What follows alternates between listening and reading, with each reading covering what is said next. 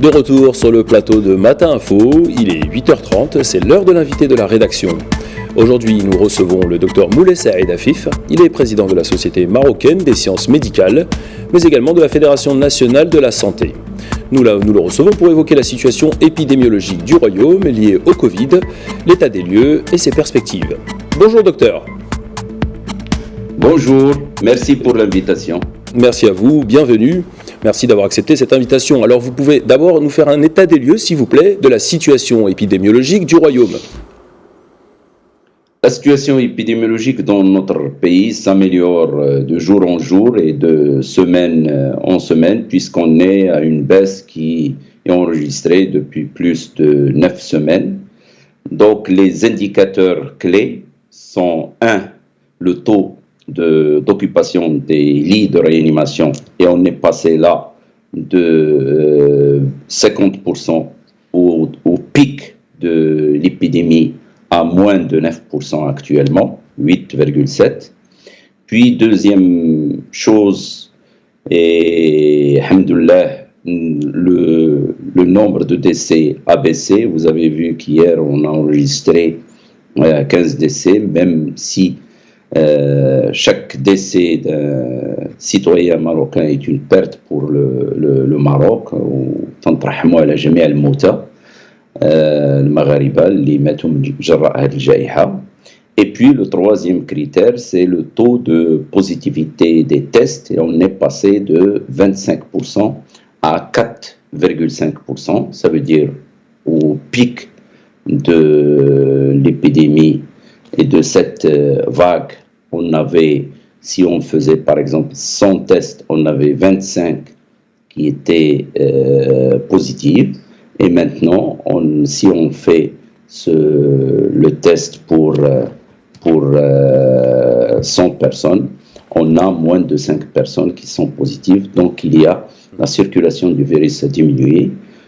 Ajouté à cela, nous avons passé deux examens qui se sont bien passés sur le plan épidémiologique, à savoir les élections du 8 septembre, où plus de 9 millions d'électeurs se sont dirigés pour aller voter, et ce respect de ces électeurs, des mesures barrières, à savoir le port du masque, la distanciation et le lavage des mains, et puis ce qu'a fait notre État, ont fait que là on est à plus d'1 mois et il n'y a pas eu d'augmentation ni de cluster. La même chose s'est passée avec la rentrée scolaire, et vous savez que la rentrée scolaire concerne plus de 11 millions d'élèves et d'étudiants, et si on ajoute les parents, on est à plus de 16 millions en un jour, et on n'a pas vu, là aussi, plus de 13 jours après, on n'a pas vu ni d'augmentation, ni de cluster. Donc, la situation, elle est en train de s'améliorer.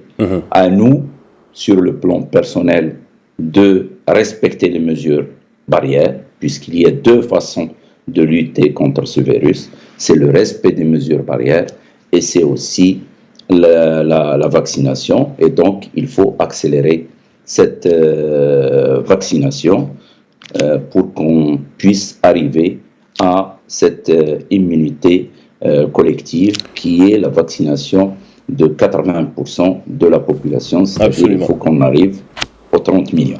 Alors justement, vous disiez à l'instant que les chiffres sont encourageants, et ceci malgré les événements qu'on a connus. Il y a eu la rentrée scolaire, il y a eu les élections, ce sont des événements où il y a beaucoup de monde, et le Maroc affiche une 9e semaine consécutive de baisse de cas de contamination. Alors est-ce qu'on peut penser que le royaume est en train de gagner son immunité collective ? Ça, on est sur la bonne voie, mais ce virus nous a appris à ne pas baisser la garde. Donc on est sur la bonne voie, il faut rester vigilant, il faut surtout respecter les mesures barrières. Et là aussi, je reviens et je dis qu'il faut accélérer la vaccination. Vous le savez, on est en train de vacciner les gens pour la première dose. ceux pour la deuxième dose. Maintenant, on a commencé depuis quelques jours la troisième dose pour les personnes vulnérables et pour les personnes de première ligne. Et on a commencé depuis 1 mois et demi presque la vaccination des élèves. Et si vous le permettez, je vous donnerai les chiffres de toutes ces catégories pour pouvoir les commenter ensemble. Donc les chiffres sont les suivants. Pour la première dose, on est jusqu'à hier soir, on est à 23 142 290 personnes qui ont été vaccinées. Ça représente 77% de la population cible qui, on a dit, est de 30 millions. Donc il nous reste plus de 6,5 millions de personnes à vacciner. Pour la deuxième dose, on est à 20 595 370 et ça représente 68,65%. Pour la troisième dose, au début, elle a commencé petit à petit, mais maintenant on est à une bonne vitesse de croisière puisqu'on est au premier jour, on vaccinait 2000, 4000 personnes. Actuellement, on est à plus de 347 000 personnes. Et pour les élèves, on est presque arrivé à 2 400 000 élèves qui ont été vaccinés, ce qui représente 80% de la population cible qui est de 30 millions. Pour les élèves, 55% de ces élèves ont reçu le vaccin Pfizer et 45% ont reçu le vaccin Sinopharm. Et si les gens aussi, pour savoir quels sont les vaccins qui ont été utilisés pour la troisième dose, là, on a 59% qui ont reçu jusqu'à maintenant Pfizer et 41% qui ont reçu Sinopharm. La deuxième dose pour les élèves, c'est 1 370 142 et donc ça représente 46%.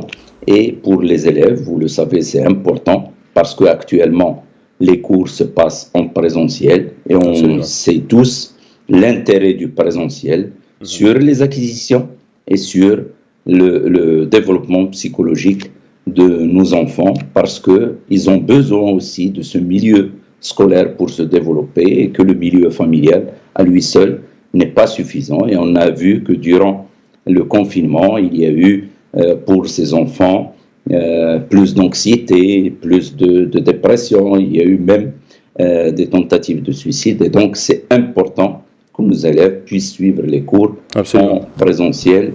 Et donc, ça aussi, nous avons gagné ce challenge de la vaccination des élèves de plus de 12 ans. Je voudrais aussi apporter une précision en tant que membre du comité technique de vaccination anti-Covid.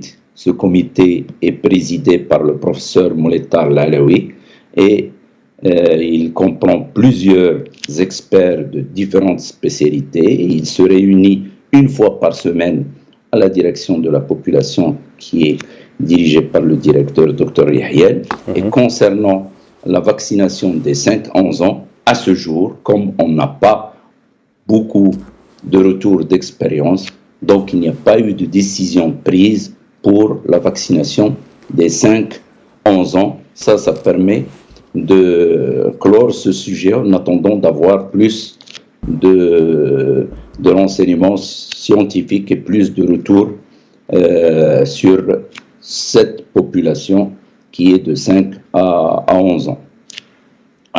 Une autre précision aussi, à ce jour, les données scientifiques ne nous disent pas s'il faut une 4e dose, s'il faut une 5e dose. Et là aussi, on ne sait pas si ce virus, ça va être un virus saisonnier comme la grippe, et ça veut dire qu'on va se vacciner tous les ans. Toutes ces données-là, nous ne les avons pas. La donnée qu'on a, pour laquelle le comité a pris la décision le 28 septembre, c'est la donnée pour la 3e dose. Et vous le savez, l'OMS, il y a quelques jours, vient aussi d'indiquer cette troisième dose pour ces personnes vulnérables, qui sont les personnes âgées, qui sont les personnes qui ont des pathologies chroniques, et puis ceux de la première ligne. Et maintenant, la France aussi a pris, bien après notre décision, de vacciner le personnel de santé, parce que, comme vous le savez, le personnel de santé, il est en contact des personnes, dont des personnes vulnérables, donc pour éviter qu'ils soient eux contaminés ou qu'ils contaminent ces personnes-là. Très bien. Vous disiez à l'instant que on sera peut-être amené à être vacciné chaque année, un petit peu comme la grippe. Est-ce qu'il va falloir s'habituer à vivre avec ce virus, de la même manière que nous vivons aujourd'hui avec d'autres virus tels que la grippe? Ce que j'ai dit, c'est que les données actuelles ne nous permettent pas de dire est-ce que ça va être comme la grippe. On ne sait pas.